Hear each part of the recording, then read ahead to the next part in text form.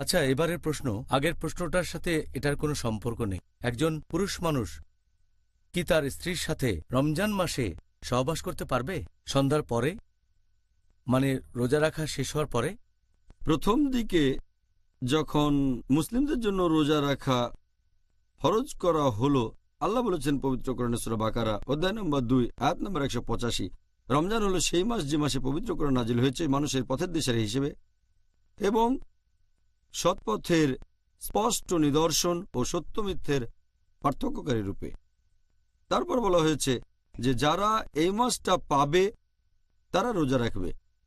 তাহলে যখন মুসলিমদের জন্য এই রোজাকে ফরজ করা হলো পুরো রমজান মাস ধরে, প্রথম দিকে নিয়মটা এমন ছিল যে স্ত্রীর কাছে যাওয়া, স্ত্রীর সাথে সহবাস করা পুরো রমজান মাসে নিষিদ্ধ হোক, সেটা দিনের বেলায় অথবা রাতের বেলায়। আর আল কুরতুবির তাফসিরে এটা উল্লেখ আছে খণ্ড নম্বর 2 পৃষ্ঠা নম্বর 210 যে উমর রাদিয়াল্লাহু আনহু একবার নবীর সাথে রাতে অনেক সময় ছিলেন, তারপর নবীকে ছেড়ে নিজের বাসায় চলে আসলেন। যখন বাসায় আসলেন তখন তার স্ত্রীর সাথে সহবাসের ইচ্ছে হলো। তিনি সহবাস করলেন। সকালে ঘুম থেকে উঠে খুব লজ্জা পেলেন এবং নবীর কাছে গিয়ে বললেন, আমি আল্লাহ এবং আপনার সাথে অন্যায় করেছি। নবী তখন বললেন, কেন? কারণ আমি স্ত্রীর সাথে সহবাস করেছি। আমার ইচ্ছা হয়েছিল, তখন স্ত্রীর কাছে গিয়েছিলাম, তার সাথে বিছানায় গিয়েছি, তার সাথে সহবাস করেছি। নবী বললেন, তুমি কি সত্যি এটা করেছো? ওমর রাদিয়াল্লাহু আনহু বললেন, হ্যাঁ।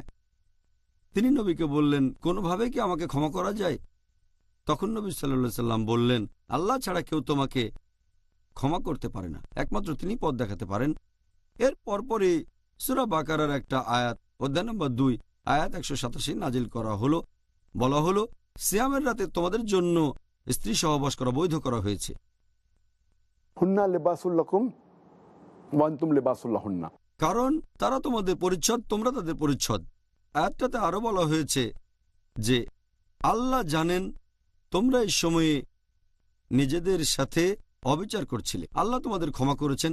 এখন থেকে তোমরা স্ত্রীদের সাথে সহবাস করতে পারবে এবং আল্লাহ তোমাদের জন্য যা বিধিবদ্ধ করেছেন তা কামনা করো। তোমরা পানাহার করো ততক্ষণ যতক্ষণ রাতের কালো রেখা থেকে সকালের সাদা রেখা স্পষ্ট না হয়। তারপর সিয়াম পূর্ণ করো সূর্যাস্ত পর্যন্ত, রাত না হওয়া পর্যন্ত। তাহলে আয়াতটা যখন নাজিল হলো সূরা বাকারা অধ্যায় 2 আয়াত 187, সেই সময় থেকে রমজান মাসে রাতের বেলায় মুসলিমদের জন্য স্ত্রী সহবাস করা বৈধ হয়ে গেল। তাহলে এখনকার নিয়মটা হচ্ছে আপনি স্ত্রীর সাথে সহবাস বা যৌন সম্ভোগ করতে পারবেন না দিনের বেলায়, যে সময় আকাশে ভোরের আলো ফোটে, তার মানে ফজরের ওয়াক্ত থেকে সূর্যাস্ত পর্যন্ত।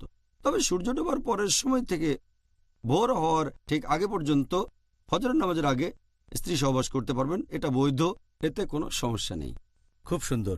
এই ব্যাপারটা আপনি আগেও বলেছিলেন যখন আমরা রমজানের ইতিহাস নিয়ে আলোচনা করেছিলাম। হ্যাঁ, আর যাই হোক, আবার বলায় আমাদের জন্য ভালো হলো। ইসলাম ধর্মের বিভিন্ন দিকগুলো এরকম একে অন্যের সাথে সম্পর্কিত।